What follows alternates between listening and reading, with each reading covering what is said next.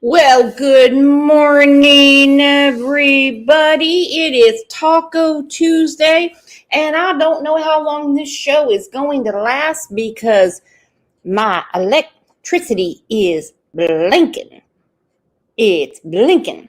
Our number one fan today is Running Buck, the first person in chat. That is right. There's my girl May, Sherry Lynn. Woo! Duck Lady. Let's see. Chrissy said we're live and shit. Oh, we are. Let's go ahead and get to live and shit, and then I want to discuss Taco Tuesday. It's fucking live, you dumbass. No, it's not. It is. No, it isn't. Can't stop. Okay, whatever. Play your little game, Donnie. All right, I'm gonna have to go. She don't think we're live and shit, okay? And she's fucking going off and acting like an alcoholic. I have to get off here now. That's fine. I Thank you appreciate so y'all. much for talking to us. Don, I'll All right, talk to you thank you. later. All right, bye. Thank you so much. Bye, Okay. Candace. Let's go Thank your you. dick later. That is fucking live, you dumb bitch. You want to act stupid, man. I just discussed my back. That's all I asked. Fucking live, you fucking stupid bitch. Oh, they just seen that. You're a dumbass. They just seen you punch me in my throat. Whatever, man. You're a dumbass. You're a real dumbass. You're a real dumb fucking ass. They just seen when you throw me in the punch. You're a dumbass. Did you just get? We are live and shit. That's exactly right. Now, today we're going to be talking about Fred and a fool's errand that was given to him according to Ziggy. Well, we'll get to that in a minute, but we are live and shit. There is always something going on in the Summerwells case. Sometimes it's worth a penny. Sometimes it's worth $1. And I'm not saying that because of money. It's just a metaphor. But today is Taco Tuesday, and this is Uli's favorite place to go. All right, so there is a store by where she lives. You can get a left-handed taco for 50 cents each. Okay? True. Now, what she does is she goes for she's right-handed. So she goes for the right-handed tacos, 2 for $1. Now, that is called economical. Can we all agree? Let's please have a round of applause for our taco lover, Uli. Absolutely amazing. Now, I want to get this costume for her cat, Finn, but I'm afraid she would eat Finn. So go ahead and put a 1 in chat if you think I should get the costume, or a 2 if you're afraid Finn will get eaten by the taco queen. You know, left-handed tacos for 50 cents. Right-handed tacos, 2 for $1. And as you know, we know what she goes for. Now, I was not live yesterday. I got out late yesterday. I had a lot of stuff going on, but we are back. We are live and shit. Let's welcome all our friends.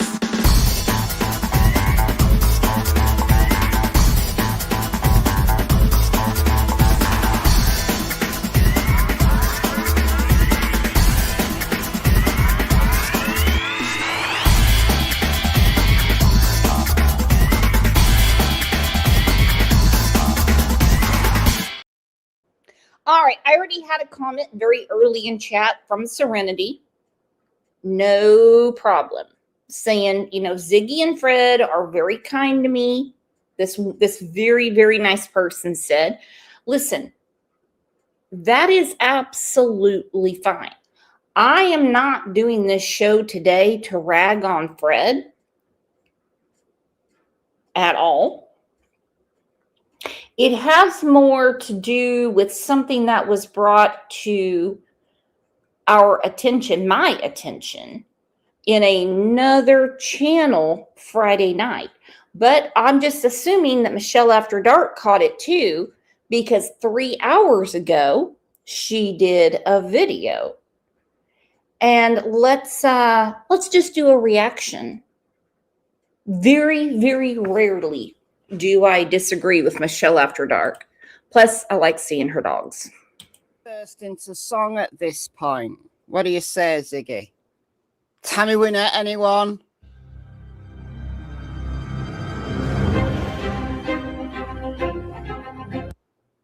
Yes, I am making this video from across the pond, 4,000 miles away from Northeast Tennessee.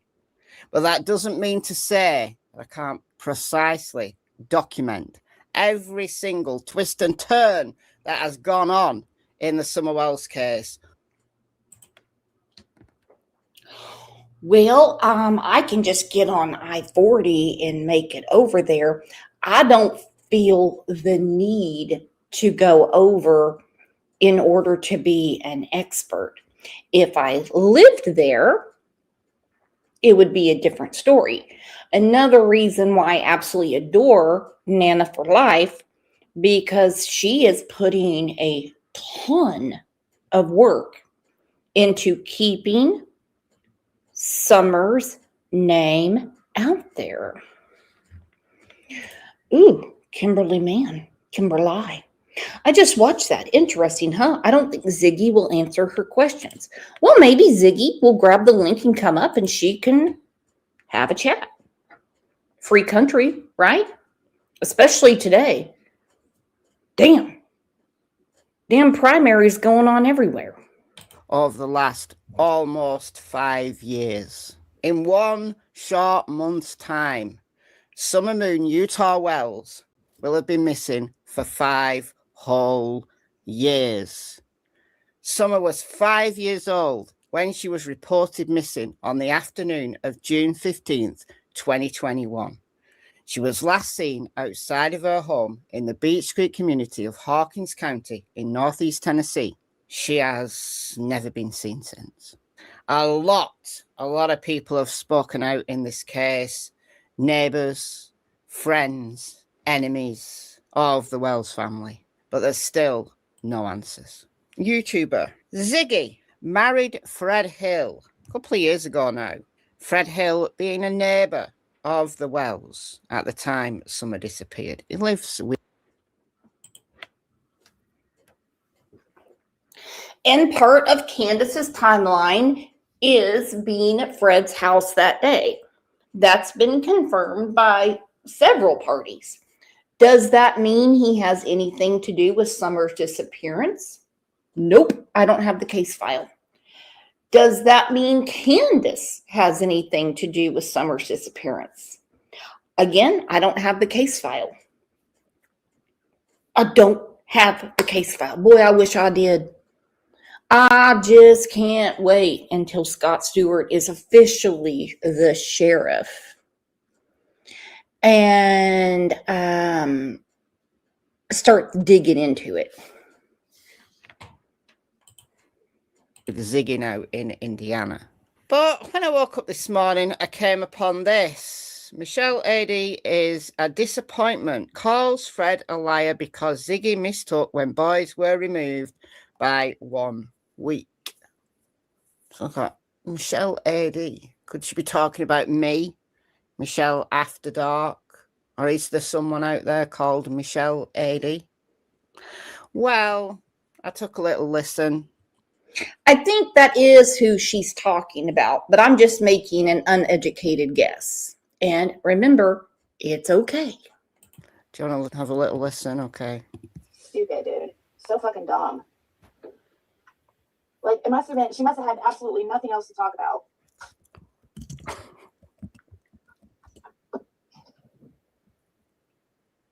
Trying to get something.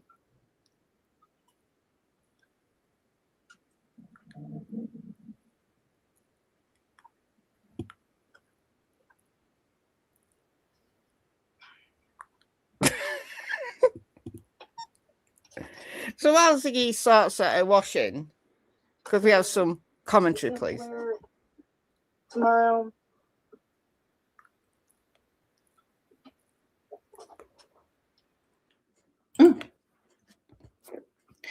Impress me. Said Teacher Brooks, do I have to raise my hand when speaking? Yes. Yes. I totally forgot I'm a teacher. I totally forgot about that. But I didn't forget about True Crime Beat, who's been a member for 42 months. Can we please just have a round of applause for friendship?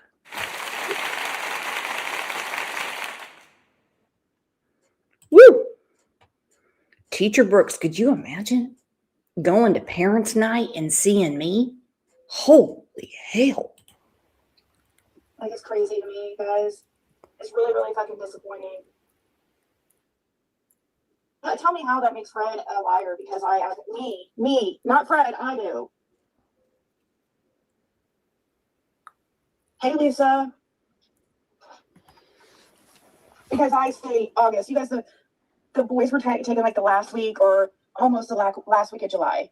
And in a video where we're just talking, I say something like, I accidentally say August instead of July, which has nothing to do with Fred's, like, at all.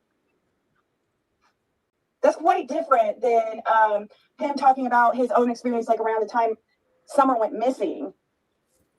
That's going to be easier to remember dates because he recorded for law enforcement and had to go over certain things like the day of with law enforcement and days after. So that's going to be easier to remember on dates. Like, why would it be Fred's responsibility to have an exact remember exactly when the boys were taken, or even when? I guess she was off by a week when the boys were removed from Dawn and Candace's custody. And yes, there's documentation on that day. There's documentation that led up to that day. There's documentation that went all the way on to when Dawn and Candace signed over their parental rights. Okay. True story. It's not a one and done. And look at that. There's Angel P. Woo, woo, woo. So I don't expect Fred or Ziggy to be the encyclopedia of knowledge. I really don't. When it comes to a case that bleeds into the case, which is the disappearance of Summer Wells. Don Wells came down there and started talking about and crying about how he had claimed to call CPS. Like, that is hard. That is completely different than right after Summer goes missing. Everybody's going to remember June 15th. That's easy. So, yeah, it's not our children. It wasn't his children. There's nothing that it just doesn't. I don't understand how that is somehow means anything. Hey, sister. Oh, I know, Pat, but I'm sure that these people will have, I'm sure I'm doing laundry wrong. They're going to critique everything down to the specific items. Oh, no, those items don't match quite right. Oh, listen, I dump everything in. Whites, colours, black things. And guess what? Nothing bad has ever happened to my laundry. Look, guys, she's referring to this. That's where me and Michelle After Dark have to disagree. I'm a laundry snob. Okay. I go by fabrics and colors. All right. So obviously I put the whites together. Sheets are done on their own. Towels and washcloths are done on their own. Jeans, I don't know. Some people will wash jeans with towels. Do any of you wash jeans with towels? I've heard that through the drying cycle, it really shrinks the jeans. So I just keep everything separate. Telling you, it's a crazy situation I have here. This video that I made the other day. And again, I assume she's talking about me. Who else can she be talking about? It was actually Joy Sue. It was Jody Sue who accused Fred of Julying. I'm going to use that again and again and again. But I agree with her. Right. So we've got Jody Sue responding to a conversation that Ziggy and Fred had with Jason Jensen, who is a PI, several months ago. But Ziggy has only just made this public. Dear Lort with a T, Lort, who hasn't spoken to Jason Jensen? This is not breaking news. This is not breaking news. He's not working on the case. He's not working on the case. He has an opinion like Tina. He has an opinion like Jenny. He has an opinion like May. He has an opinion like The Real ICU. He has an opinion like Just Me, True Crime Beat, and, well, this Just Me sitting up here. Yeah, he has an opinion. That's it. They think because he's a private investigator, somehow things are going to unravel. Somehow things are going to unravel. No, they're not. Because law enforcement, any of the agencies working on Summer Wells' case, aren't working with him. They have made it clear on the Twitter, which is now called X, that they're not working with Chris McDonough. Not saying that they won't work with these people. They're damn sure not working with fucking Ernie. Okay? Can we have a round of applause for the damn honesty? They're not working with any of them.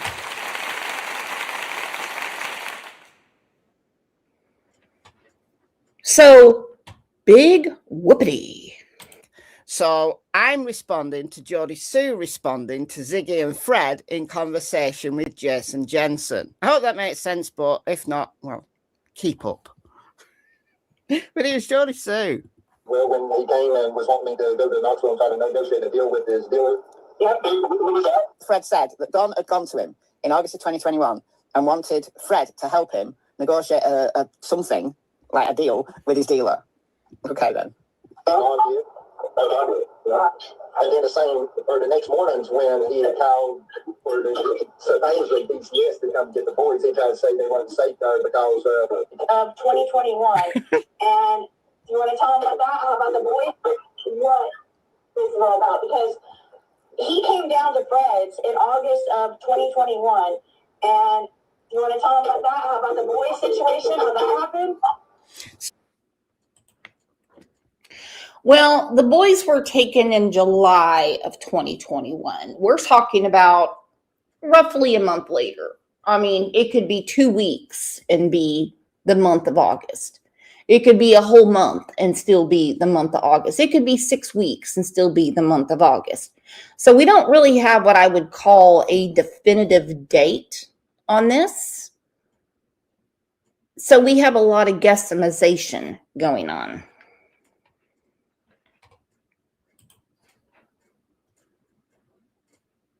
So she said August of 2021, all right, but Fred was right there. So Fred could have, interrupted her and said, no, it was July. But I understand, I get it, that maybe she's wrong from like a week because it was indeed the last week of July that the boys were taken. So this is from July 23rd, 2021. And this is the video I made when the news came out that the boys had been taken by CPS. And I was reading out a book. I must extinguish your worries about Ernie. Yes, as we know, Ernie is still incarcerated. Okay, we know that. So it's obvious that he doesn't advise the Secret Service about President Trump's detail. It's obvious that he's not working with TBI. Is everybody okay? Can we all deal with this as friends? Oh, trust me, he will be back. He'll be out and he'll be back to true crime in no time. He'll be back. He'll be YouTubing. Woo! He'll be on it. YouTubing without a tube. bunch of different Facebook comments that members of Don's extended family were talking about. This is from Trish, his step niece. The fact that your kids got taken away has nothing to do with me. It's because of your actions and lifestyle. You know as well as anyone that witnessed it what a piece of shit parent that you are. I watched you abuse Donnie and Margie all growing up. They went without food and were always filthy. I watched you hit them, and both of them told me you were SAing them. So stop trying to pretend you are this amazing person when you aren't. So pretty strong words there from Trish. So it would have been shortly before July 23rd, 2021. I knew it was around that. This is what happens when I change subjects. 2 Boston moms has been missing Ernie. She said, do you think he'll be back? Oh, yeah. Oh, yeah. With a quickness.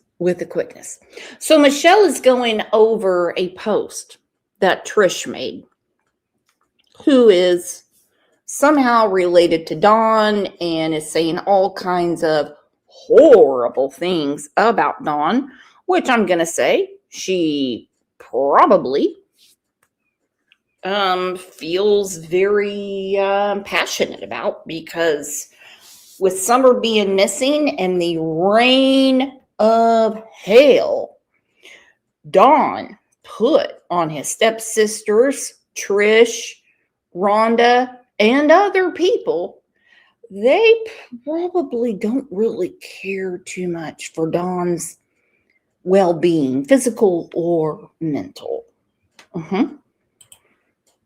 Time, because they were taken just a few days before Candice did that interview with Chris McDonough. You know, when they went to the swimming hole and Chris McDonough went round the house.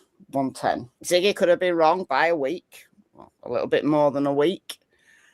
Okay, fine. Well, when he came and was wanting me to go to Knoxville and try to negotiate a deal with his dealer. Yeah, who was that? Don did. Yeah. And then the next mornings when he had called for the supposedly these yes to come get the boys, he goes, Well, I'll tell you what, Fred, the boys weren't taken in August. Some of us were there as they were in, bitch, that was in July. I had to look closer. It looked like Jody Sue was in like Jamaica in like a tiki hut or something. I was like, what the hell is going on? Okay, now I see clearer. That's what happens when I, clean my glasses. I was just like, oh my God, Jody Sue's on vacay. Fred means a lion. Fred means a lion. I know she hates me. Listen, I don't hate anyone. I think they're all lying in some way, shape, or form. I think they tell some truth, but I don't believe any of them. To make something fact in this case, I know you can't see me on screen, but I'm doing air quotes right here. To say something's fact, I want a piece of information backed up by multiple sources. Law enforcement aren't talking, so you have to try to deduce what's true and what isn't, based on a whole bunch of different people who you just can't believe. So do I believe Fred? No. Do I believe Jody Sue? No. I don't believe any of them. Do I believe Dawn? Do I believe Candice? No. I mean, it's, look, some things that any of them have said, I'm sure are true. It's just, how do we know what is true and what isn't? But Ziggy's got herself all hot and bothered about the fact that I said that Fred be Julying. Listen, could it be that Dawn went to Fred and said... For all we know, Fred corrected the conversation because he might not have known until August, which would just be a couple of weeks, few days in all reality, that the boys had been taken.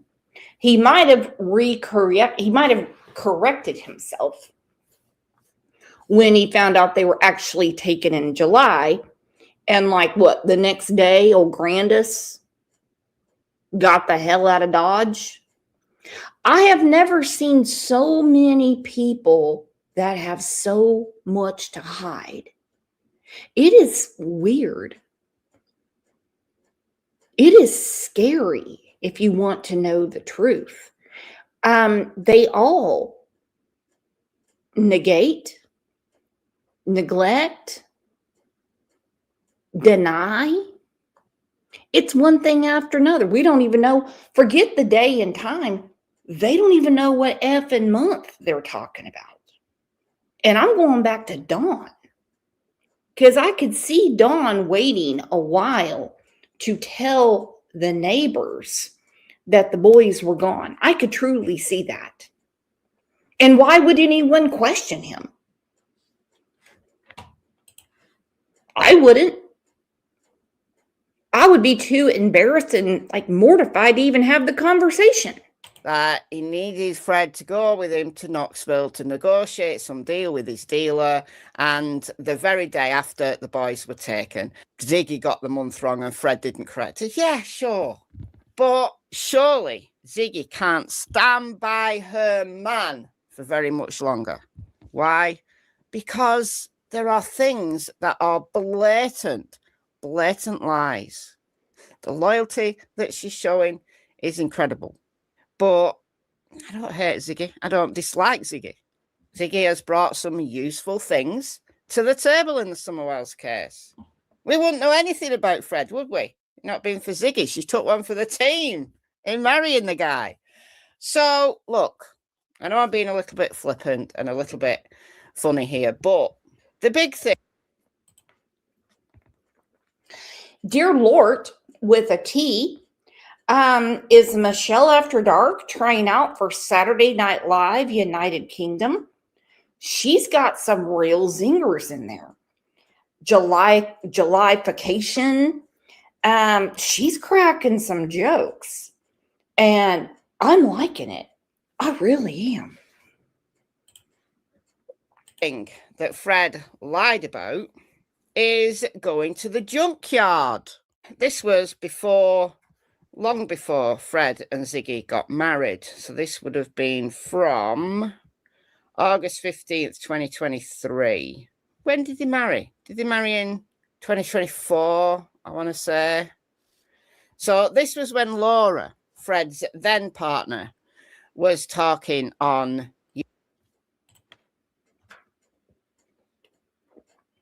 Okay, here I am not keeping up with the case. I don't really consider Fred and Ziggy's marriage to be part of the case, but again, I don't have the case file. I'm not the one in charge of all that. For some reason, I thought they got married in 2023. Was it 2024? I'm sure somebody in here knows. YouTube. So we've got her on panel here with Ziggy, K-Crime, and someone called Jam420. And this video I made in August 17th, a couple of days after this live, because I really believed what Fred and Laura had said about the junkyard. Do you remember? Fred said when he first spoke to Ziggy, what was that? January 2022, I want to say. Look, I get dates wrong. I can understand you might be a month out. One of the very first times that Ziggy met with Fred and interviewed him and recorded his speech, he said that he and Laura were loading cars to take them to the junkyard. And Laura, during this live stream, even named the junkyard that they went to. Take a listen to what I said on August 17th, 2023. Interview again with Ziggy, and she actually named it, and it's Hilltop Salvage, which is kind of the north end of Kingsport, nearly in Virginia. And that closes at 5, but doesn't accept vehicles after 4. So they had a hard kind of cut-off. They had to be there for 4. I guess if you get there at 5 past, they might let you in. But it's a half-hour drive, so they had to set off from Ben Hill at 3:30 at the latest. So not 4:30. They had to set off at 3:30 if it's indeed the case that they went to Hilltop. Right, so Laura even named the junkyard. It doesn't accept scrap after 4. So Fred had originally said that they set off. I would be questioning why there are so many different versions of the same story by many people that were around on June 15th. Okay. Dan Armstrong, who in my opinion is not a strong prosecutor, okay?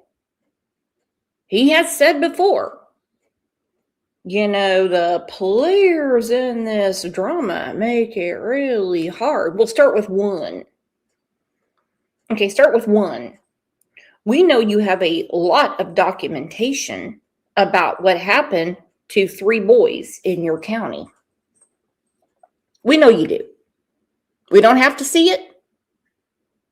We don't have to screenshot it. Everyone knows I love those screenshots.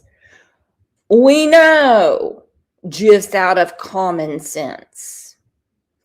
I'm really hoping with the new shakeup in the sheriff's office, something's going to happen. And it's a bigger shakeup than I realized. And we will get to that after this. From Ben Hill, sometime around 4:30-ish on June 15th. And by the time they got back, the holler was all shut down. But then, once it became known that it was Hilltop that they went to, which is a half-hour drive away, which doesn't accept vehicles after 4, then the obvious conclusion was that it had to be 3:30, and Fred was just wrong about the time. Listen to what Laura said. When you usually we went to the grocery store and Are they James' house, and then we went straight home. Is that on the day Summer went missing? Yeah, pretty much. We done the same thing every day. What time did you get home, Laura? I'm sorry, Ziggy. That evening, it was about 6 o'clock. Did you learn as you were coming in that Summer was missing? Oh, yeah. The law was everywhere. The law stopped us and told us that she was missing. So was Dawn already there? Yes. Okay, so Dawn was there and law enforcement was there. You guys got there. Yep. I left here at like 4:30, and then when I come back in, they done had the holler shut down. Yeah, so this is the original time. I'm missing something with the time because it was documented somewhere that law enforcement got there just a little bit after 7. And that the phone call, there was 2 911 calls made. I have assumed for a long time, remember, assumed, opinion, speculation, that the first call was made by the oldest son. And then the second call was made after dawn. Because there's definitely 2 different 911 calls. One is at 6:23 p.m. One is at 6:26 p.m. So I've got it clipped in here. 4:30, they set off. When they came back, they had the holler shut down. Laura, wrong about the time they came back. It must have been 7 rather than 6, because at 6 o'clock, Summer hadn't even been reported missing yet. It was around 7 when they started to. Now, I'm going to disagree with Michelle a little bit over this. I know she's glossing over the time issue, and fine by me. I don't think that Laura has that straight of a spine, if you know what I mean. If you are coming into the holler and you know you're manufacturing meth and you're scrapping cars and trolling motors and anything you can get your hands on, and you see a bunch of police, you're going to damn sure know what time it is. You might know it to the second. So, Laura, you're playing coy as well. And look, the cat's out of the bag. We know you guys do the rugs or used to do the rugs. We know that, you have children you don't take care of. Hey, we're not a shocker. We're okay. Are we okay? I think we're okay. When you have people that are running an illegal operation and there's a big police presence, by God, you are not off by a minute. Everybody remembers the time when their heart stops. Drive, so you have to assume that Laura's wrong by an hour. Like you had to assume that Fred was wrong by an hour, that they didn't actually set off at 4:30, they set off at 3:30. But then what came out from Fred was that they didn't go to the junkyard at all. Do you remember this? So this elaborate story that Laura even named the junkyard, they didn't go there at all that day. They'd loaded cars up, but they were too late, so they didn't go to the junkyard at all that day. Do you remember that? Do you remember Fred saying that? And that's where we're at right now, that they didn't go to the junkyard, that they went there frequently, but that particular day, they did not go there. They were too late, and they decided not to go. So why the elaborate story, even... Okay, here's my issue with we got to the scrap yard too late and it's this far away. Half an hour, correct? All right, let's say it's 45 minutes. These are some scrap and mofos. The rules didn't change at the scrap yard. So why did they decide to go scrap a car after Candace had just been at the house? I know what some people are going to say. Hey, Bricks, you're speculating that Summer was in the car and they went to scrap it and then they did it the next day. No, I'm not. I'm saying they know what time the scrap yard closes, and they couldn't possibly leave at the time that she says, and they couldn't possibly been coming back through seeing all this law enforcement when they weren't there until a little bit after 7. Name in the junkyard. Could Laura just be wrong? Yeah, they normally went to Hilltop, but they didn't go that day, and Fred finally told the truth. But don't you think it's odd that these changing stories, some of the things that Fred said that are obvious either lies or untruths, like Rose Bly being a prostitute and living at the Wells, cannot possibly be true, but you can conceivably say, well, maybe it was someone else and Fred just thought that was Rose Bly. So you can excuse him things like that. It's funny, but you can excuse him things like that. But when it's something really crucial about the day that somebody disappeared, and Ziggy said herself just last night that you remember those things, you remember everything that happened that day, because it's a really significant day.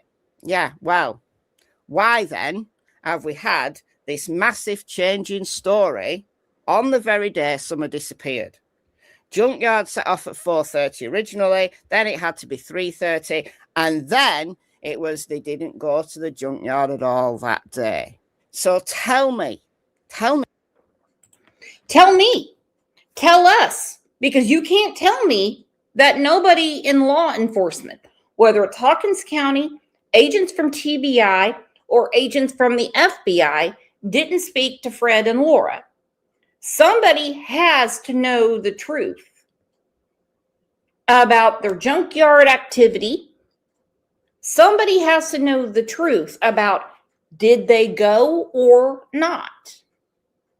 Somebody has to know the truth when they got back home. I don't know. But two people that were supposedly together, thick as thieves at the time, had a very illegal business going on, would perfectly remember this day. Okay? People that are doing illegal things, when they see red, white, and blue in any form, they about shit their pants. Okay? Especially when they're flashing on top of a car. They know exactly what time that place closes. Ziggy, why you continue to stand by your man when there are so many discrepancies in what he says? And I'm not saying that Fred has anything at all to do with Summer's disappearance. I'm just saying, don't you think it's odd that there's been so many changing stories about the day that Summer Wells disappeared? And the center of these changing stories is Fred Hill. So let me know your thoughts in the comments, and I'll see you in the next video. Bye, guys. Okay, Friday night, you guys are going to love this. Over on Munch and Tammy's show. Okay, first I'm going to start with something real funny. My husband was made a moderator. All right. So let's just go ahead and watch the chat just for the F of it. Okay. So they put the link up. I came up. Then another woman came up that invited Ziggy. Well, what Ziggy said on Munch's channel, if somebody could please put in his link so people can subscribe and they can see it all for themselves, because, you know, that's the cool way to do it. This is what she said. All right, so this is Munch. Okay, there's me with a very fat face looking like I'm going to the Tulsa State Fair. There's the other lady that brought Ziggy up. And I truly believe in Ziggy and Fred. And I believe Fred has tried to help the best he can. Hey, Ziggy, what's going on? Hello, Ziggy. Welcome. Hey, guys. I'm out walking. I was just on a walking my dog, so... And somebody sent me the link, so I decided to listen in. So I would. Sherry Lynn said, "Oh, stop, Brooks. Have you seen me at NASCAR, Kansas City Chiefs games, or the Tulsa State Fair? Everything is stained in mustard, or I've got chili on me somewhere. True story. True story. Share the screen." Running buck I am. I have a reading to do for somebody here in a little bit, but I have a little bit of time to come up here. So how's it going? It's going. Oh, good. Did you hear about the new investigation on Ben Hill Road, Ziggy? No. Yeah. Okay. Since she was walking the dogs and doing all the stuff that she needed to do, she probably didn't register what I was talking about. But she knows what I'm talking about. So let me show you. Because she did a clip once talking about the Van Hill Road investigation. Because I asked her, have you heard of it? What I should have said was, have you heard any more about it? She said no. Well, this is what she said in December of 2025. And the Andy Paul that tried to take advantage of Fred and Laura's daughter, underage daughter at the time, is not Fred's relative. It is that Andy Paul that was staying over on 110 Ben Hill Road in that camper or little trailer. Completely different person. It's not Randy Hill. There was no confusion between the Randy and Andy in the name. They're two different people. There's Randy Paul Hill, and then there's Andy Paul Morgan. Looks like it. For Paul. Okay. So she addressed that. So again, I think that she probably either didn't hear me or just didn't want to address it. There's a new investigation. Yeah, it's crazy. It's about this Casey girl. No, it's about Summer. Wow. What's going on? About. I wouldn't know. They wouldn't tell me anything. Wait, when did this happen? Today? Did you hear about the new sheriff? Well, yeah. Okay. Yes. And we're really excited about that because that's actually who. So, Scott Stewart is actually works with the two. Okay, because he was part of drug task force. Yeah. And he works with the two officers that Fred recorded for in Summer Wells. So we're really, really excited that maybe he'll. Okay, so we know there's been a shakeup in Hawkins County. Ooh, we're back on fair food. Tracy said, I love funnel cakes. Me too. I have to have them with chocolate and powdered sugar, and I will eat every bit of it. And so Ziggy probably thought there was an update. Like I said, she was out walking her dog. Not going to read too much into that. Now, what I do want to know is how much corruption is going on in Hawkins County, because she's talking about how they're really excited for the new sheriff, and you will hear why. Damn it. About. I wouldn't know. They wouldn't tell me anything. Wait, when did this happen? Today? Did you hear about the new sheriff? Well, yeah. Okay. Yes. And we're really excited about that because that's actually who. So, Scott Stewart is actually works with the two. Okay, because he was part of drug task force. Yeah. And he works with the two officers that Fred recorded for in Summer Wells. So we're really, really excited that maybe he'll actually get something done because there's only 5 of them from on the drug task force. And now my question is, how come so many police officers are also fire department? Okay, so I'm asking her about why people were getting fired. I think I could hear Fred in the background. Okay.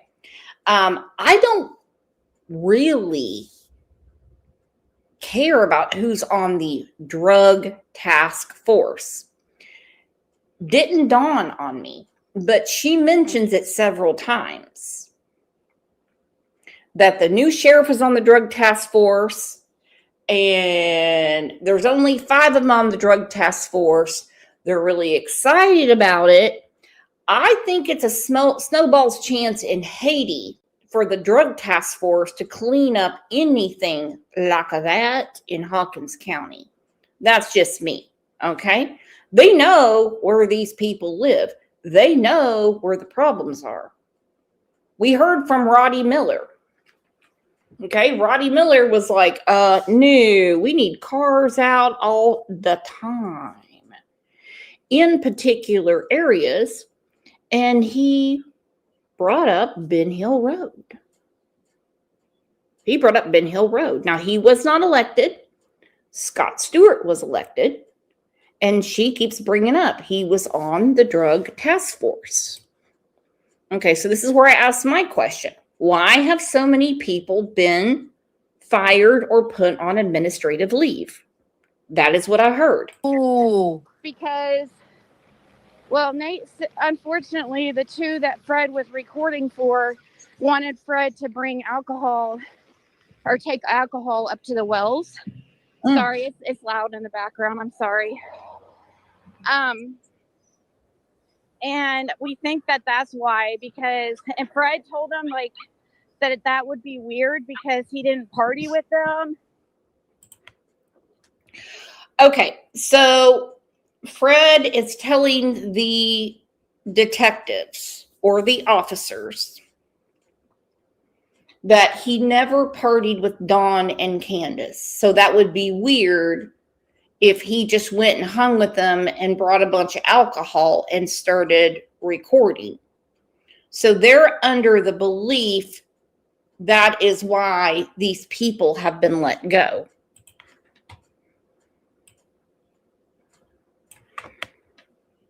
Up to the wells. Sorry, it's loud in the background. I'm sorry. And we think that that's why, because, and Fred told him like that would be weird because he didn't party with them. He didn't know the Wells like that. And, you know, they never bought anything off him before. Yeah. So taking alcohol to him would have been weird. And they ended up taking it themselves. And it was soon after that those two officers weren't allowed to be up at the hill anymore. And we don't know if, you know, I mean, we don't know if that's if that interfered with the investigation or not. Illegally recording, a person of interest recording two other persons of interest might be an issue. Bringing alcohol up to them to record them drunk, which we know doesn't take much. All right. Something went on. Something went on. And this, they never bought anything from Fred. Then why the afternoon of Summer Wells going missing did Candace make a neighborhood visit down to Fred's after she had been out and about all day? ER, Alley's, Warriors Park, Hippie House, Sonic, grocery store, back to Alley's. I'm probably missing something in there. Walgreens. Then she gets home and she's a busy bandit again. We're planting succulents, trying to figure out where Summer is. We go to Fred's, hang out with him, Laura, and Chad Arnold for a little bit. Go back home. She said she flew down the driveway looking for Summer, who would never walk away. However, she was seen at a convenience store. But of course, that was at the very beginning. So the whole truth, it is true about the alcohol thing. And Ziggy, did you see all of those arrested officers in Knox County?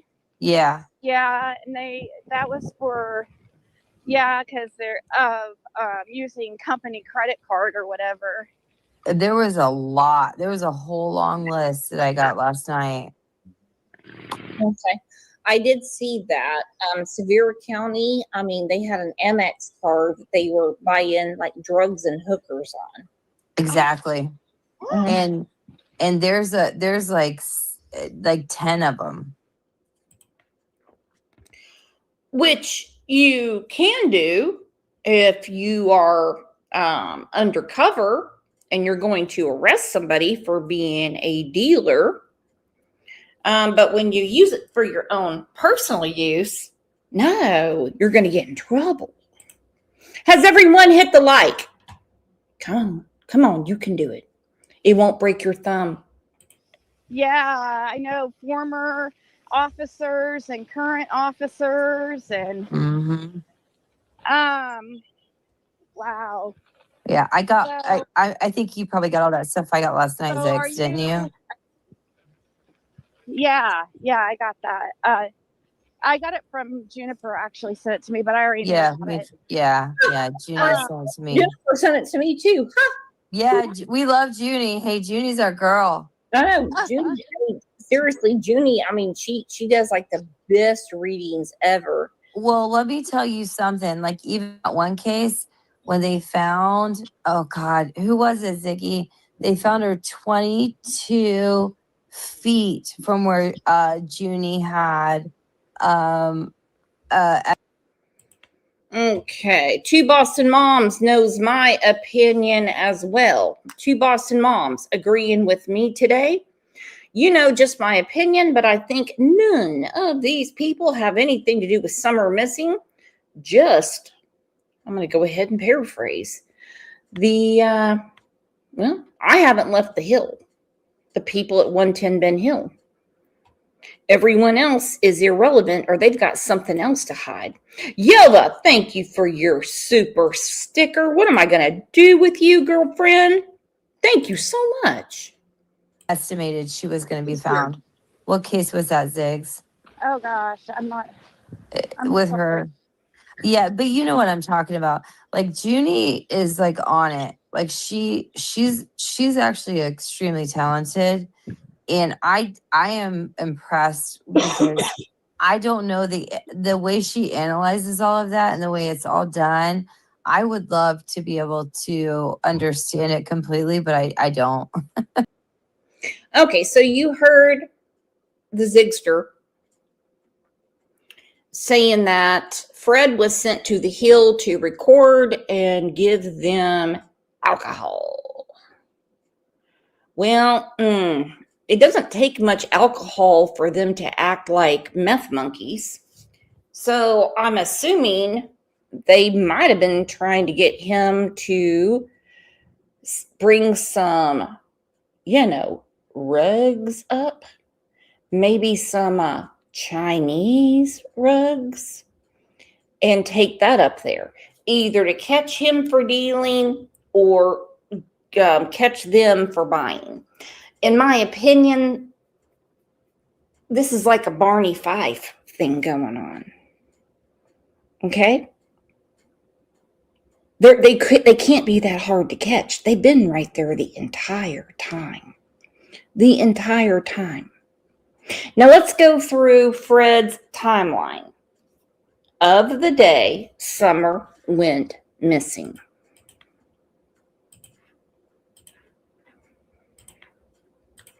This is from our dude, Killer Looks. We can start building Fred's timeline because Ziggy doesn't want to, right? We need to be able to see it like this for some of us that need to be shown like they're 3. I do. I need to be shown like I'm a second grader. Okay, Killer Looks put this up. Screenshot it. Blow it up. Look at it. Okay. He has put all this down. Now you can see what's in like bigger font. Obviously is more important, like Candace and Dawn texting for an hour. Law enforcement getting called at 6:23 and then again at 6:26. Law enforcement arriving at 7:03 and then Dawn 2 minutes later. So as we said earlier in the show, how can all of these people have been there, like literally there or in the area, and have different things to say? Dawn said he got there before law enforcement, but we already know that law enforcement got there before him. And we're going to do that, right? Like it or not, love it or hate it, that's what's going to happen. Damn, Killer. It's so good. Describe what you witnessed on the 15th. Like, go back to the 15th and what. The whole day? Or? Yeah, the whole day. Yeah, the whole day. Just start with everything you remember from that day. Yeah. Starting when you woke up and everything that happened that day. Well, when I got up that morning and stuff, I left and had went to get cigarettes and stuff. And when I went out of the hollow, I seen Dawn and the boys coming out from their driveway and stuff.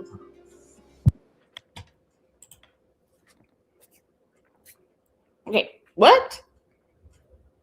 What day are we talking about exactly? Because I did not exactly hear a date and time. He said he saw Dawn and the boys coming out of the, he says holler. Okay. I am not even going to try to define what stuff means.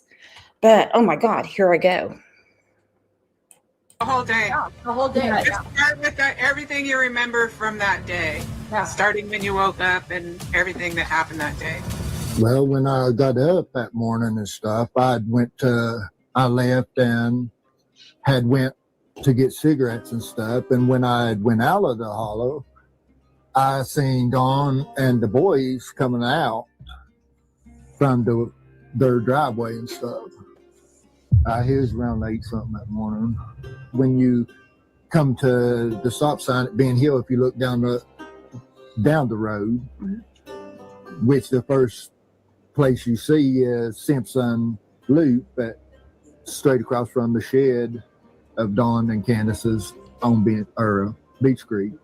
There was a white HHR set there for a couple days before someone went missing, and it was there that morning when I went out to get cigarettes as well. I went to Kingsport and got cigarettes and then come back and Okay, question. Do they not sell cigarettes anywhere in Hawkins County? Why did Fred have to go to Kingsport to get them? I don't know. If he's telling the truth, then at some point during that day and stuff, Don did take the boys with him. But at some point, he had to have brought them home. Again, total assumption only, because Grandis and Candace say that the boys were home alone that day and stuff. Okay? And stuff. You can definitely buy cigarettes in Rogersville, Tennessee.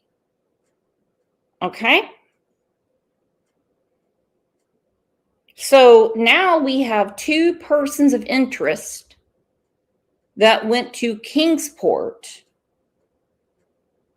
instead of their local convenience store to get, well, they had some sort of errand that they had to get done in Kingsport. I had never heard this before. And it, wow, really made me squeeze my eyeballs.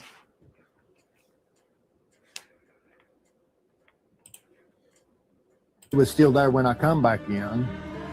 Then I messed around there at the house and stuff. And there's a lot of tree trimmers in the holler that day, cutting power lines and stuff like that.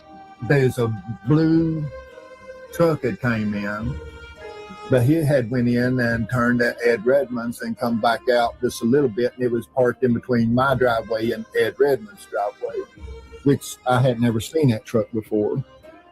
Interesting. Well, when I come out of the driveway, it was still sitting up there. When I come down the holler, I pass a girl driving a Mississippi tag coming in. And then I went on down to try to load that car and was having a big issue of trying to get loaded. And then the way I had my truck and trailer parked there, my truck was out in the road and Andy come in. And I had to move the trailer and stuff to let him go on by. It's just a one-lane road. I mean, that was about 340 or something other. And then I waited for him to come back out, and I thought he may have went to his uncle's or something. He was in there for a little bit. And then I'm puzzled. Anybody ever bought a puzzle from a garage sale or a thrift store and you can't put the puzzle together because it's got masking tape on it and there's pieces missing? That's the kind of puzzle I'm talking about. You don't know if you went to the salvage yard or not. You didn't know that it doesn't accept cars after 4 p.m., but you know all of this. You know all of this. You saw Dawn with the 3 boys, all packed in the cab of that white truck. I guess it would be easy to notice. All right. You've noticed all these other vehicles and stuff. You noticed the tree trimmers. You noticed all that. But you don't recall if you went to the salvage yard and stuff. Or what time the salvage yard doesn't take cars and stuff. What to do? I pulled back out in the road. By the time I pulled back out in the road, him and the blue truck come back out. So I actually had Laura just to back the truck up at that point because she was sitting in the truck. I tried to load some cars to haul off that day, but I ended up didn't get none hauled. See, I left out and he said he was trying to haul off some cars, but he didn't get none hauled. What the hell are you talking about? How many cars? Cars is plural. How many cars were you taking to the scrapyard that day? Why, when you don't have dick all to do except for go to Kingsport to get cigarettes, did you not get the cars to the scrapyard? Most scrapyards will come pick your shit up. True story. And they'll cut you a check in your driveway. What is going on here? was going to Kingsport, and there's a motorcycle was broke down on the side of the road before you get to the end of Beach Creek on the left. It was broke down at Bill Shipley's brother's house at his driveway. Tim was actually trying to help that boy when I pulled in. Tim. Okay, this is actually important to know. All right. There was an issue in Bill Shipley's driveway.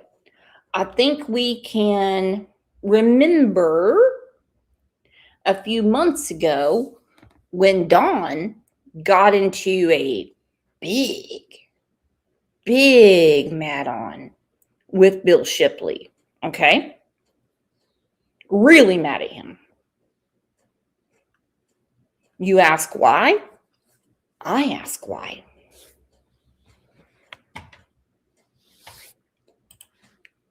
His wife was. When Fred stopped and helped that person that was broken down on the motorcycle, there was a gold Lexus there with with that person. And I stopped to ask him if he needed any help and stuff, and he said it'd be nice if he could find somebody to haul it. So I told him, I said, well, I'll have to go hook my trailer up. So I went back to Ben Hill, and I didn't see nobody when I went back to Ben Hill. That's probably about 4:15, really. On the watch and hypervigilant. That's how Jody Sue Brown was the very day Summer Wells went missing. There's no TV, no noise at all. Jody Sue was in her cabin with her teenage kids, 19 and 14. She and her family next heard a truck door slamming and dismissed it as their neighbors. She and her family next heard a truck door slamming. Dismissed it as their neighbors. Neighbors. The next sound was harder to justify. About an hour and a half before Summer is thought to go missing, Jody Sue, her son, and her daughter heard something far more suspicious. A scream. Stopped all three of us cold. And then I went back once I got the trailer hooked up, I went to Glenda's that day and used Wi-Fi. And nobody was home at Glenda's before I picked up that bike. Glenda had his car. Hold on. At whose? At whose house? What was he picking up? Why did everyone have such a busy day on a regular ass Tuesday? It's a Tuesday. We're not talking about Friday and we got off work early. Saturday and Sunday are self-explanatory. We're talking about a Tuesday. And there is a lot of activity going on. Listen to what he's saying. What did he go to pick up? How many cars was he going to salvage? Hello, Auntie Sherry. Make sure everybody, if you have a second, please subscribe to this channel because that's who Ziggy was on. And I will put the link up if anybody wants to come up. Remember, it is live and it's an open panel. Live and shit.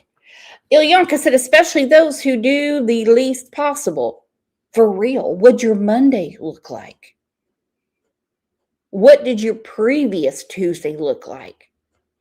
Did you have cars, plural, to salvage? Did you notice all of this stuff going on? Did you have to go to Kingsport that day to get cigarettes? What the hell is going on? More suspicious. A scream. Stopped all three of us cold. And then I went back, once I got the trailer hooked up, I went to Glenda's that day and used Wi-Fi. And nobody was home at Glenda's before I picked up that bike. Glenda had his Cotton Simpson's ex-wife and also Pete Clark's longtime girlfriend / ex-wife. She also is the stepmother of the guy that was showing JLR around in that video. And then I went, loaded that motorcycle, and we left from there and went to Zoomers and got gas. And then I took it on the west side in and dropped it off. Okay, approximately. Okay, he said he went to Zoomers and got gas. I have a big question mark there. Big question mark. Because it has been reported that Candace was seen at Zoomers, the gas station, as well. It appeared she was coming out of the bathroom and had just recently washed her hands. Now, the rest of us, we wash our hands, we're just kind of wringing our hands, maybe putting some lotion on, those things. She was probably wiping water down the front of her t-shirt, no, thank you. All down the side of her shorts. I mean, whatever, bare legs, her arms, who knows? So what he's talking about, Fred the newlywed, that he went to Zoomers. Okay, Candace reportedly was seen at Zoomers before the 911 call. 1:45 today, a white male entered the West Side Inn. Once inside, he grabbed the cash register.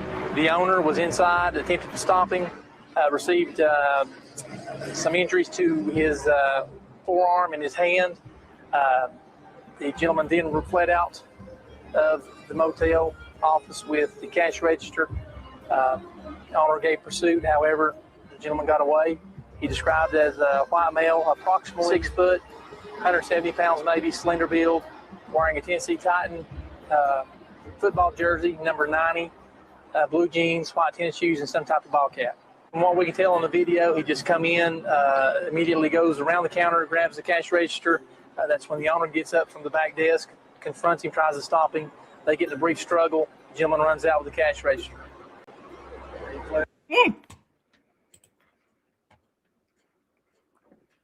Who could it be? Oh my gosh. And people always want to talk about Frank Light, the detective. He could be the biggest scumbag in the world. I don't know. I don't know. Something went on at that hotel. I have to say motel. Okay? All right? And I don't know why anybody would go out in public with a Tennessee Titans jersey on, number 90 and stuff. You can honestly find another shirt in your closet. Please do not do that to the rest of us that actually appreciate the sport of football, okay? And stuff. Fled on foot as of right now down behind the motel toward Severe Terrace. So we're trying to do some canine tracks at this time. As far as I believe he's transported to Host Valley. Yeah. We just know there's a laceration. That the owner said he had something in his hand. He's not really sure himself. There are a couple of witnesses. A gentleman who was stopped here at the red light apparently seen the gentleman come running out the cash register. Okay, so who is the guy? Sleeveless shirt, cargo pants that are ripped up. I think we know where this is going. He pulled in, attempted to chase him on foot. There was a couple of persons who were renting rooms here that attempted to try to chase the gentleman. However, at this time, he's gotten away. So, he is the owner. It is, I think it's Chandra Solansky. He's the owner. The West Side Inn. West Side Inn. The West Side Inn. The West Side Inn. The West Side Inn. The shooting happened at a motel in Kingsport early today. The Tennessee Bureau of Investigation said the suspect shot by Kingsport police has now died. That suspect was identified as 54-year-old Lisa Short. Police said it happened just before 5:30 this morning. They said a man staying at the West Side Inn on Weststone Drive called police, claiming a woman with a gun was banging on his door. Once officers arrived, they said they commanded Short to drop the weapon, and when she didn't, an officer shot her. No police officers were hurt. Officers involved now are on paid administrative leave. I was able to talk with neighbors a little earlier today who say something like this isn't uncommon in the area. A lot of excess traffic. Chrissy wants to know if this is Prayer Garden. Let's look. Is that a Prayer Garden face?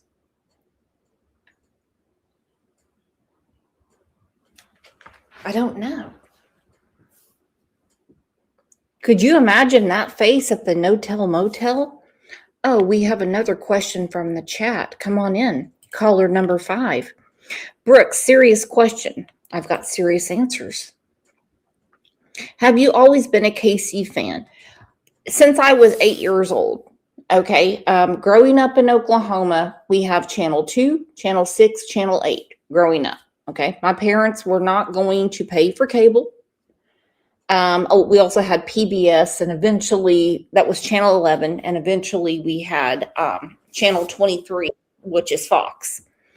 And so on Fridays, people had to show some sort of team spirit. You can hand make the t-shirt, you can represent whatever. Well, everybody was wearing either Oklahoma Sooners or Oklahoma State Cowboys or Dallas Cowboys. There was a couple of Saints fans in there, but I was like, no, red looks better on me. And that's how I became a Kansas City Chiefs fan. My mom got me a red t-shirt, and in gold puff paint, she wrote KC on it. And do you guys know what curling ribbon is? She tied up the sleeves and she took the scissors and it like curled up. And that's what I wore. And everyone has known from then on out, I'm a Kansas City Chiefs fan. Who is knocking at the back door?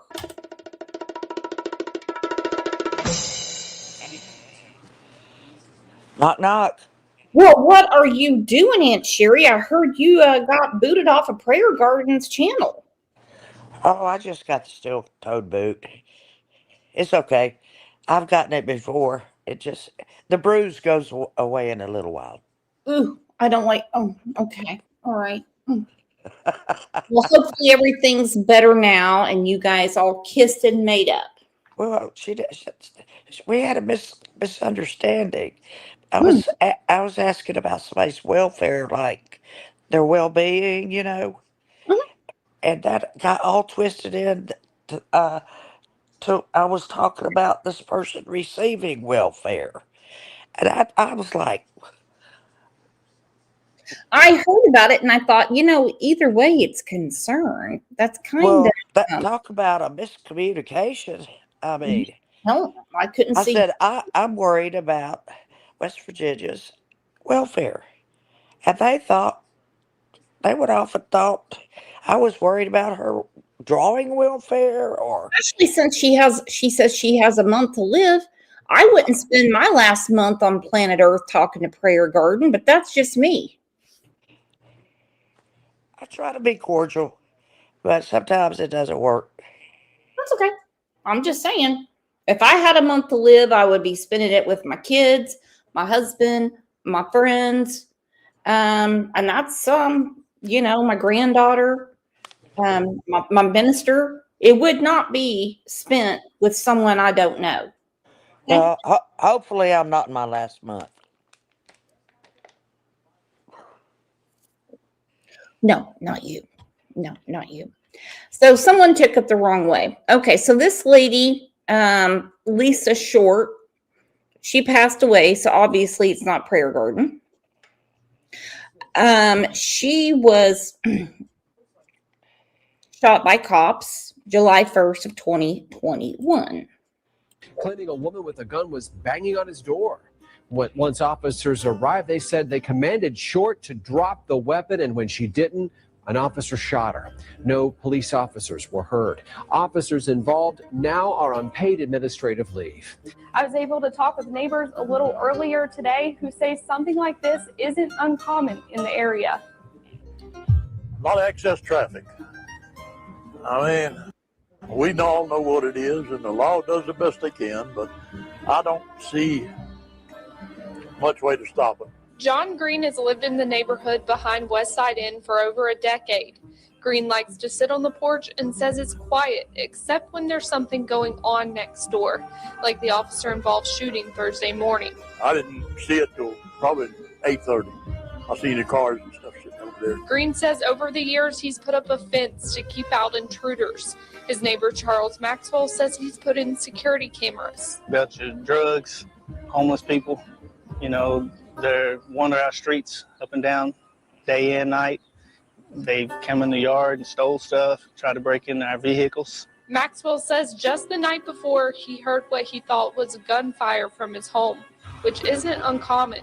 My thing to city leaders is just go in and clean up the situation and hopefully put something in that will better our community, because this actually is an eyesore.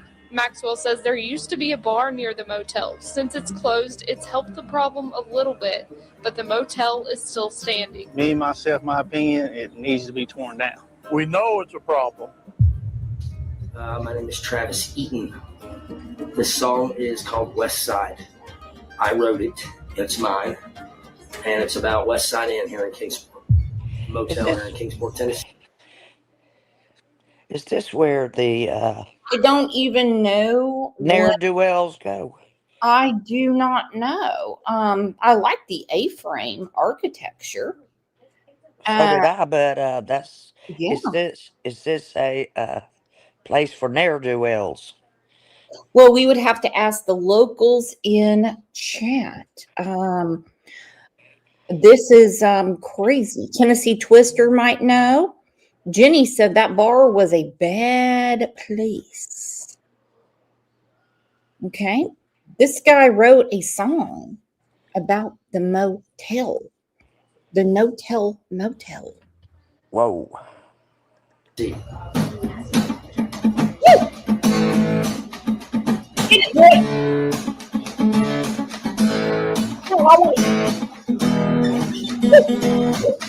Play got me a motel room. Now I'm feeding my bloodstream something that's zoom high as gas. I'm tweaking back. Suddenly I'm paranoid. What was that? Got a right to here, but you feel like you can. And if she makes me happy, she might get something. Every wish is her command. You can bet your sweet ass I'm making demands. Yeah, we're chilling out here at the West Side Inn. Bring your cares and troubles and we'll get right, my friend. Get that thing, get out there. It's a wild ride till the end. Oh, yeah.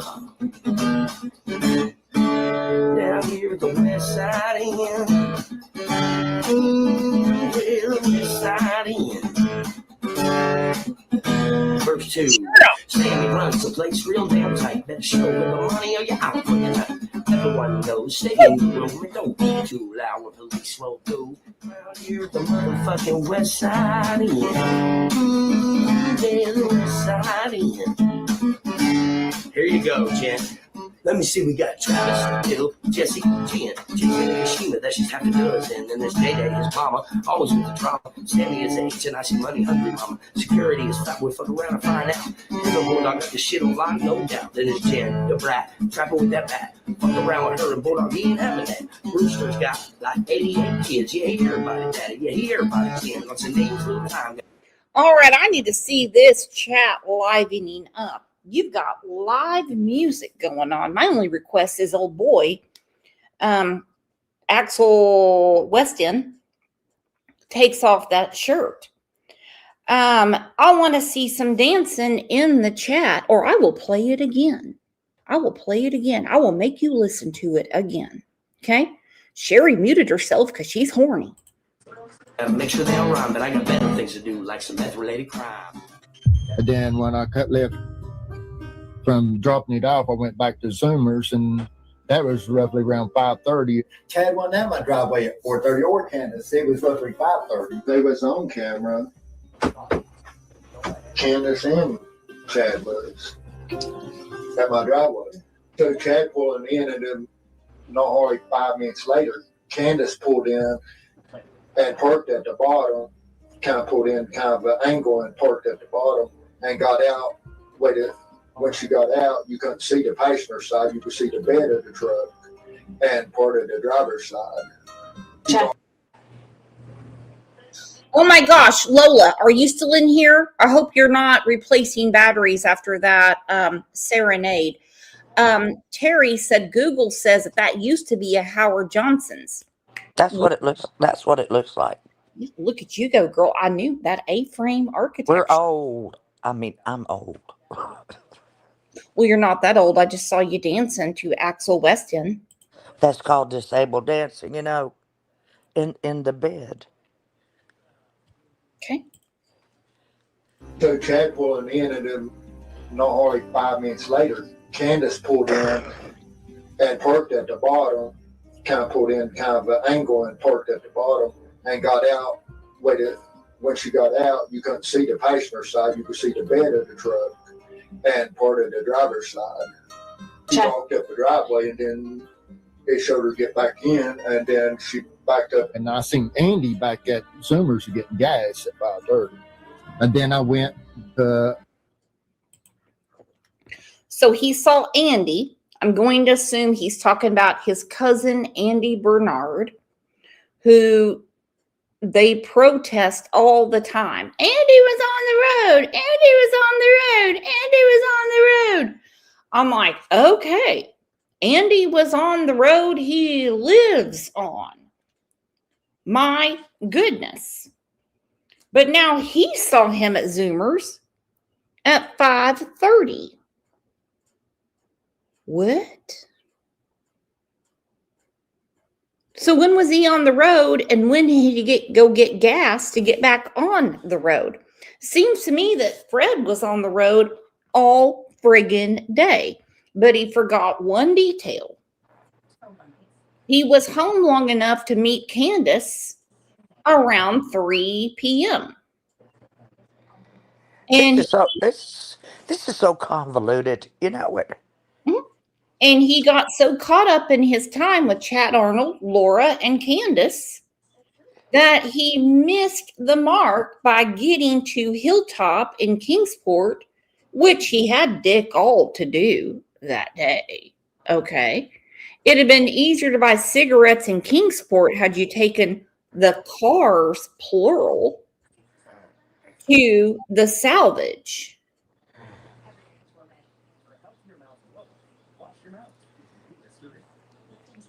No way they didn't know what time that. I mean, if that's your primary source of income, you know what time work starts and what time work ends.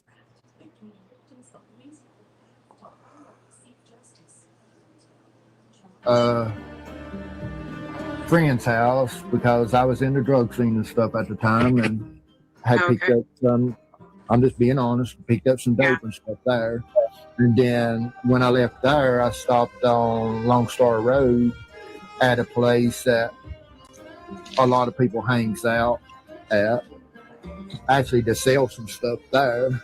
That's where I stopped at Taylor and Jeff's and picked up that other bike that belonged to, that Jeff had sold to Okay, so there Brandon Clark, and Brandon was wanting me to work on it. That's the bike I had when I come back to Ben Hill. You know Fred Hill? I've known him since I moved down here. Acquaintance. I don't talk to him that much anymore. You know what I mean? We had a little bit of falling out on some trading shit. Actually, to sell some stuff there. Well, I ended up with another motorcycle on Thursday coming back with it, which is sitting out there. But They like to get their people there, you know. I mean, Jeff was there, Brandon was there. We did a 2-part show. If you have not checked out our playlist, please check it out. I think you'll be most shocked with the one about the Fresh Prince of Ben Hill Road. That's where you hear a crazy conversation with Dawn. And the very first show we did about Summer. Okay. Now, we did 2 parts to JLR's interview where the guy was pointing out ginseng and the trees and everything like that. Seems like a really good guy. I still don't understand. He said he had a falling out with Fred over some trees. Well, they don't share a property line from what I gather. Do you know what the falling out was, Sherry? I have no idea, Brooks, at all. I do not know.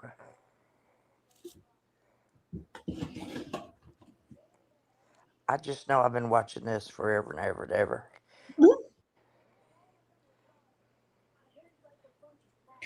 Well, I mean, I think there's a little something more going on. Sherry, can I ask, how's your welfare going? And I don't mean government benefits. What, honey? I said, how is your welfare? And I don't mean government benefits. Oh. Healthy, well-being, happiness. That's what welfare is when you're talking about somebody. Yeah. I do not understand how that got misconstrued the way it did. But that's okay.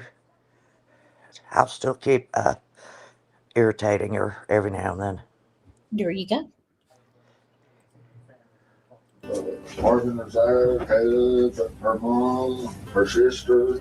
There's certain people I saw there, but and certain people that should have been there that wasn't there. So Who should have been there? a guy named Doug and then a guy named Pete. Both of them ain't no longer alive. Okay. And then when I left there, I went straight towards Ben Hill, trying to go home before. Okay, so what happened to Doug and Pete? Yeah, why are 2 more dead? There's a lot of people that we have heard, that have died that are somehow associated with this case, whether it's by name or gossip or recognition. I have them all written down somewhere in one of my notebooks. Well, I'm still wondering. I mean, how did Doug and Pete pass away? There's about 18 or 20. If I can find it in my notebook, I'll tell you. Okay. Thank you. I get to Ben Hill, I don't know, it's about a quarter of a mile. Some people stopped me and stuff and told me that there was a little girl missing that they had Ben Hill shut down and stuff. The reason they supposedly stopped me in case I had drugs or whatever on me, they said they didn't want me to get in trouble or whatever. But I knew that somebody. Now hold on. Is that common? Is that common? I wouldn't know. I've never had my neighborhood or anything shut down because a child is missing. But would the police be more concerned about somebody that might have drugs on them or finding said missing child?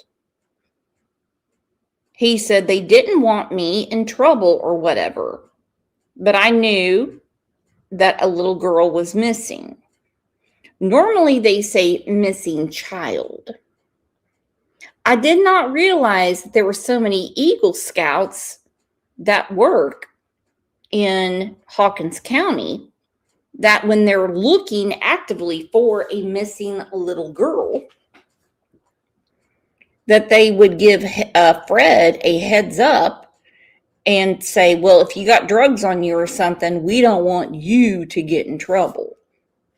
That doesn't make any sense to me at all. It was missing before I got to Ben Hill. But when I get to Ben Hill and I pull up to Ben Hill, the first one that I see is George Bernard. When I pulled up to it and I rolled my window down and just sitting there, and he walks over to me and said that he thought it was my child that had went missing. They wasn't much said between me and him before they opened the road up. Yeah, they wouldn't let nobody go in a vehicle unless you lived on that road.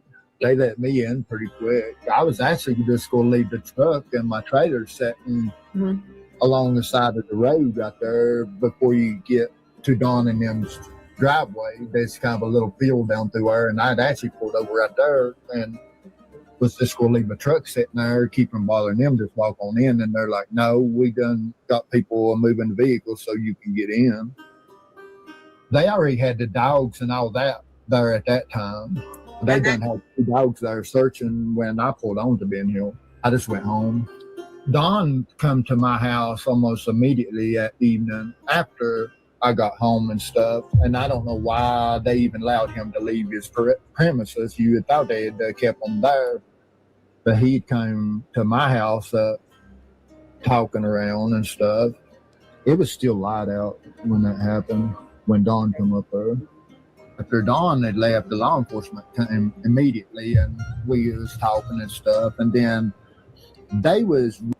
Okay, who was talking and stuff? Him and Dawn or him and law enforcement? That's not made clear enough for me. And I would really hope law enforcement isn't telling Fred anything because he doesn't have the missing child. And Fred said that who he spoke to thought it was his child that was missing. Well, his child doesn't live with him. He didn't call in a 911. Did he now? They wanted me wire, or it wasn't a wire, it was a digital recorder, and tried to record some people and stuff that was hanging around, and they wanted me just to go and hang around down there wherever people was gathered up talking to see what could be got on recording. That's when I was recording Jody and Andy and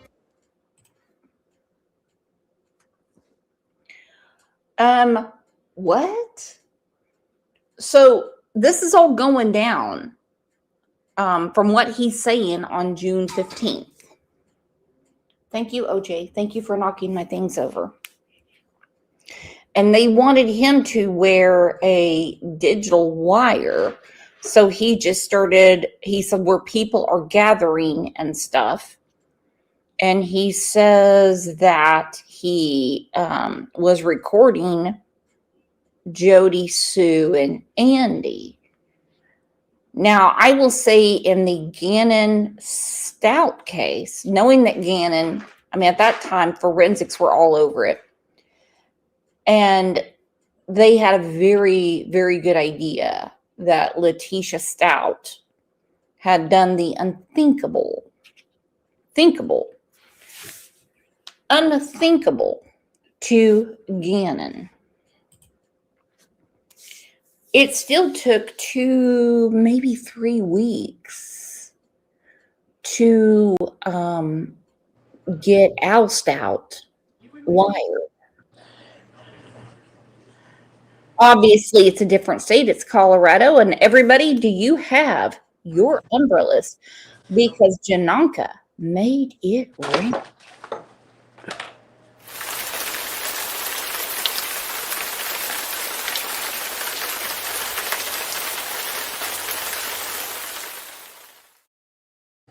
Brooks, the problem with me is I have too many notebooks. 5 years, you accumulate a lot of notes. That's okay. I'm good. I'm just kind of picking out some different things. I just want to know, like, how are they, camming up Fred already? And obviously Colorado is different than Tennessee. It's just you just pick a random neighbor who'd been busy all day. I don't know. Jody's daughter some, and the only thing Damien said, asked Jody where she wanted the camera put up. That's the only words I got out of him. I don't even know where this or why this whole Fred didn't haul a motorcycle, why that's even a thing, or what would be the point of lying about something like that. I don't get half the shit that they come up with. Fred ain't lying about hauling a motorcycle on the 15th. Okay. There are some things Fred's not lying on. Some of us have receipts to back up Fred. We also sort of know where Fred places himself in Summer's investigation. You see, some things like certain motorcycles, police and law enforcement actually know about, because Fred came in front of them with. See how it works? So I understand what some shit's going on right now. And even Andy has come in here and told y'all that, yeah, Fred was hauling a motorcycle. We all know what Fred is, okay? Fred's a piece of shit. He's a liar. He's a dumbass. He's crazy. He's whatever. He's Fred. He's criminal. He's dangerous. All the things apply. Okay? But there are some things Fred is not lying about. Some of us have receipts on that. We can back Fred up. Prove him right. I'll go through all the receipts that back Fred up on certain things out there. That way, the internet's not confusing yet. It takes only 4 years to beat her and Fred now. The internet's not confusing yet. It takes only 4 years to beat her and Fred now. Swear to God, I'll do it. Leave me the fuck alone. She probably does have pictures of Fred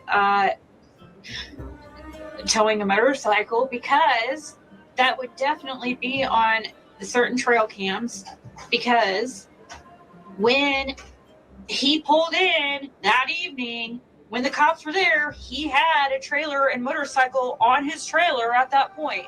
I meant to reach out to somebody today and see if they would respond to me about the 15th, about that one boy that I hauled a motorcycle for.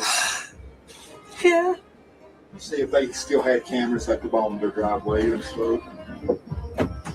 Because I know they did at one point. Yeah, I know it's confusing, guys. It's purposely done like that to, well, just like the two, now we have two Bradley Hayes, like, surrounding the case. Like, what the Fred, have you ever heard of a man named Wayne? Mm-hmm. You have? Okay, well, Ziggy's heard his name. She said, uh-huh. I don't know if she's heard the name or if she's looking at Fred and she's shaking her head because Fred's heard the name.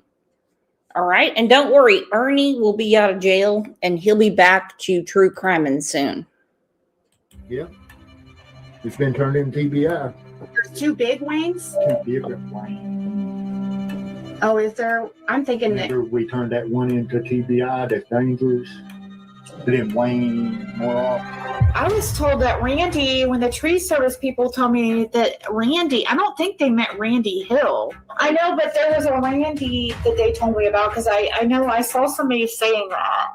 When I talked to the tree trimmers, Fred Hill, who, Wild Bill could be, it he mentioned, I think, Bill Shipley. I think that's where Bill Shipley or Bill Witten.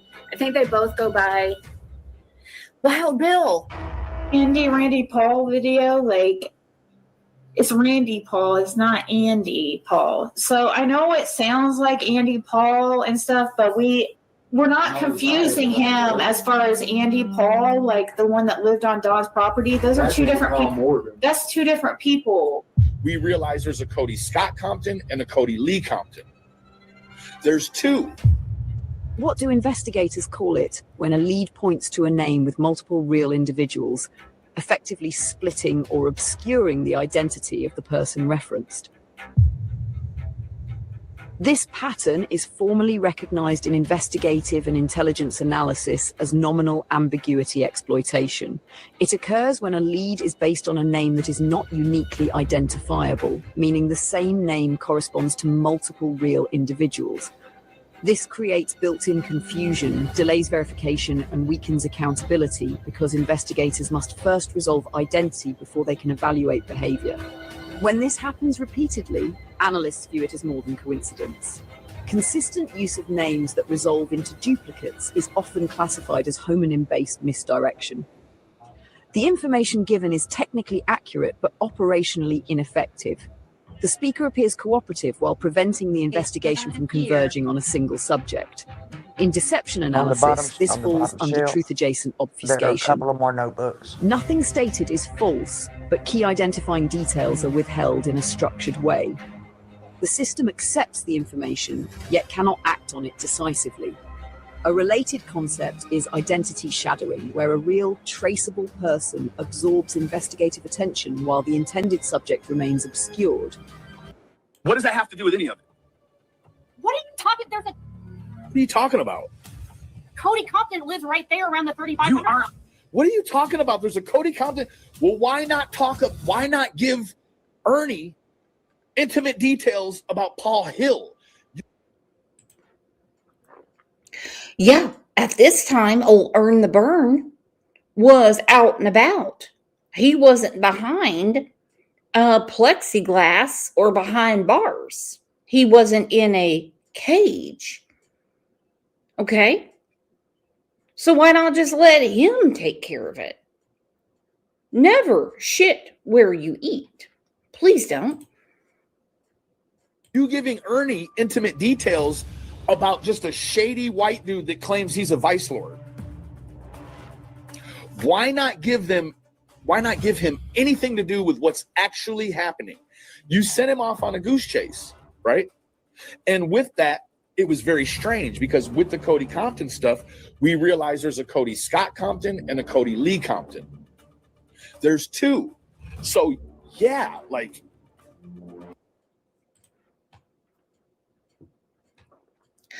I will be right back. I have to reset my StreamYard.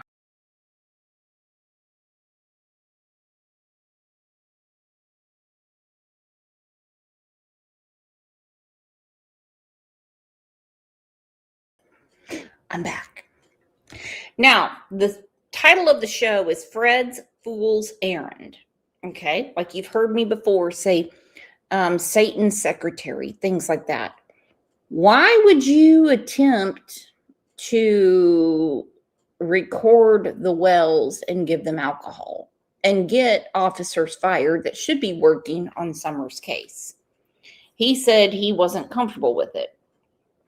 Why would they want to mic you up as soon as you started to come back into your own neighborhood and say to you, well, if you've got drugs on you, we just don't want you to get in trouble. Isn't that an officer's job since they have a drug task unit that they wouldn't say, hey, look, buddy, I know what you got going on here, and this is way more serious than what you're doing. There's a child missing here. And I also want to know what officer said to Fred that they thought it was his child missing and why, like right off the bat, he was told a little girl was missing. Okay. It's given me like almost like Stacy Wonder vibes when he came back into the neighborhood the night that Michael Vaughn had been abducted. And he said he was told by officers that Michael had been abducted. Really? Or a child had been abducted.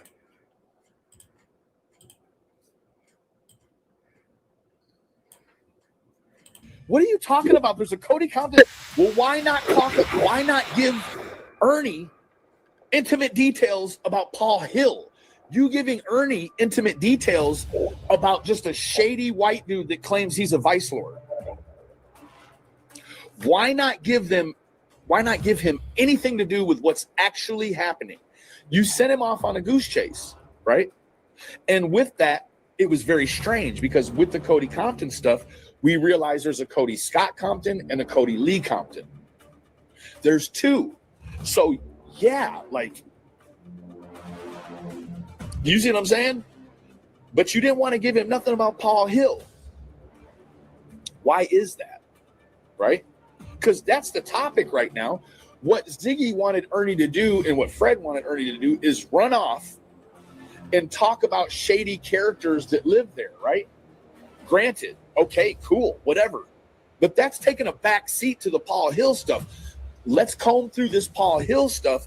And then once we extinguish that, we can move on down the road because I'm pretty sure, I'm not definitive, I'm pretty sure there's a bunch of other losers that live down that road that are equally as loserish as Cody Compton, right?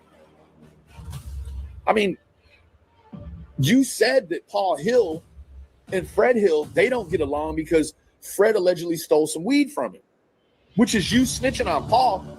You putting Paul's business in the street, right? Hoo-ah.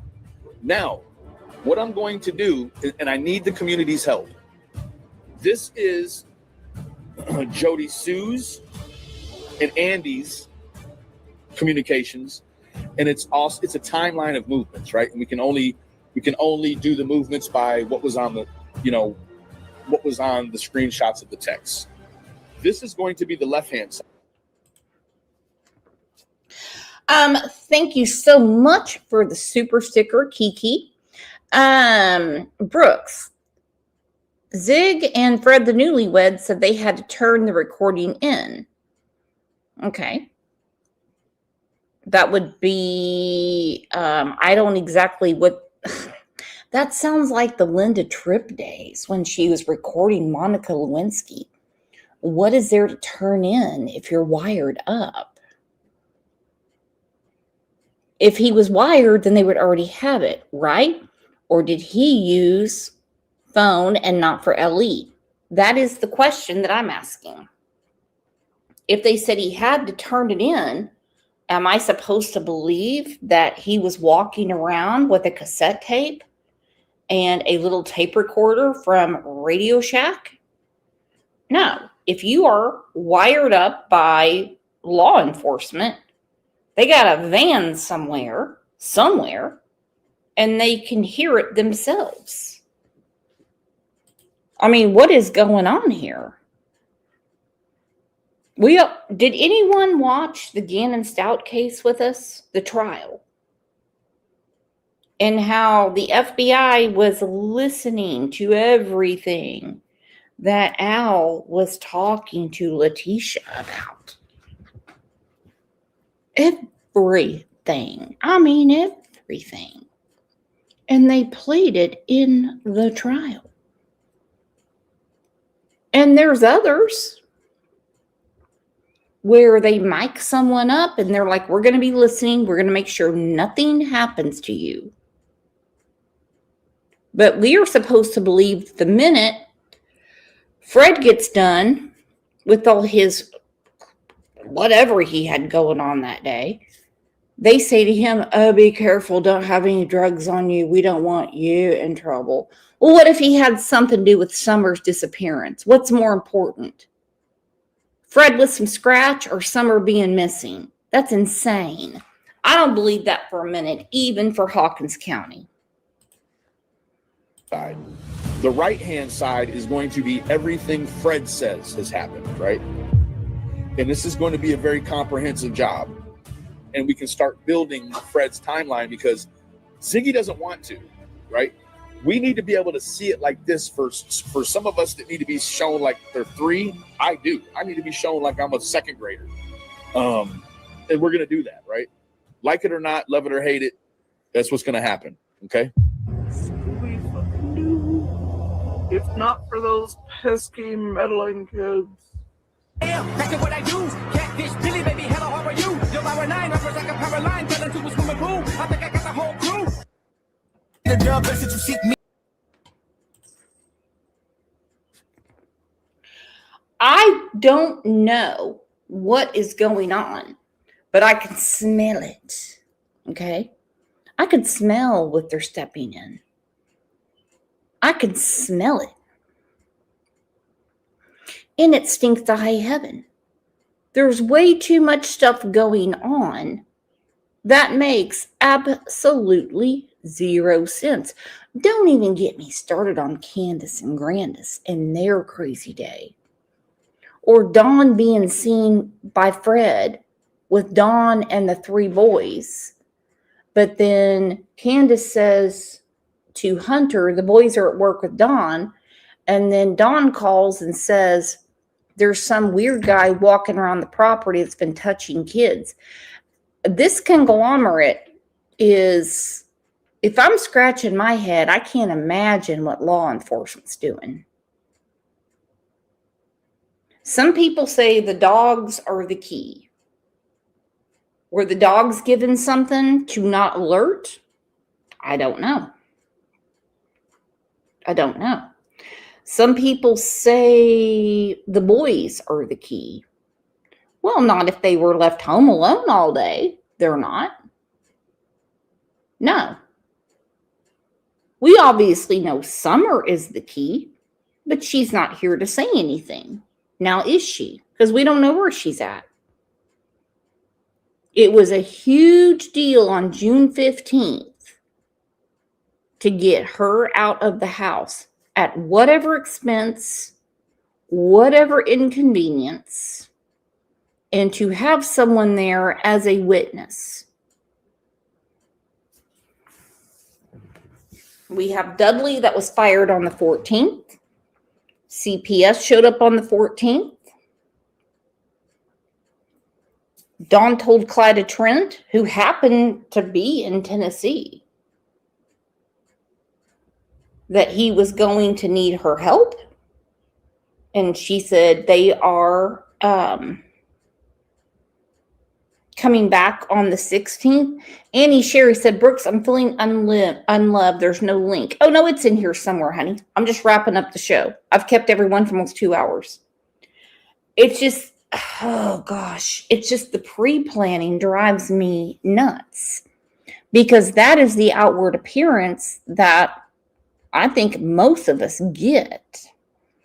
Now, tomorrow, against my better judgment, we're going to be talking about the Kylie Rodney family lawsuit against Ryan Upchurch. 17.5 million reasons someone should have kept their effing mouth shut. That's what the family was awarded. So tomorrow I'm going to talk about what I think is going to happen,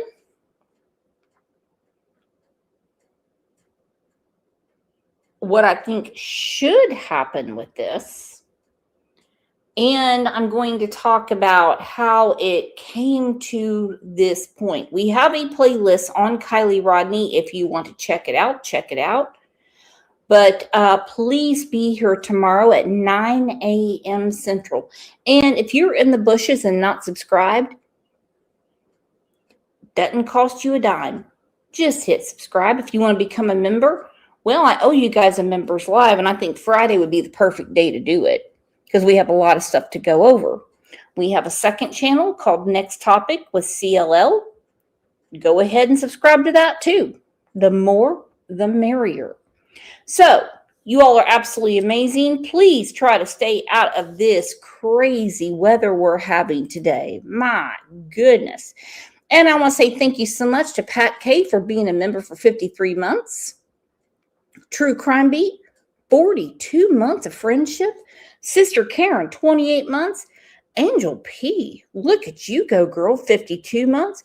Yelva, thank you for that super sticker. Jananka, thank you for growing the family, for your blessings of CLL memberships. Kiki, thank you for all you do. And Kiki, thank you for the super sticker. And Pat K, thank you for gifting Crime Lines and Lies membership. You guys are the absolute best. I will see you back here tomorrow morning. I am working on a show for the other channel. Not sure if it's going to be ready or not, but we shall see. You all are the absolute best. Thank you for being here for Summer Wells and just always being here for the right reasons. You are the best.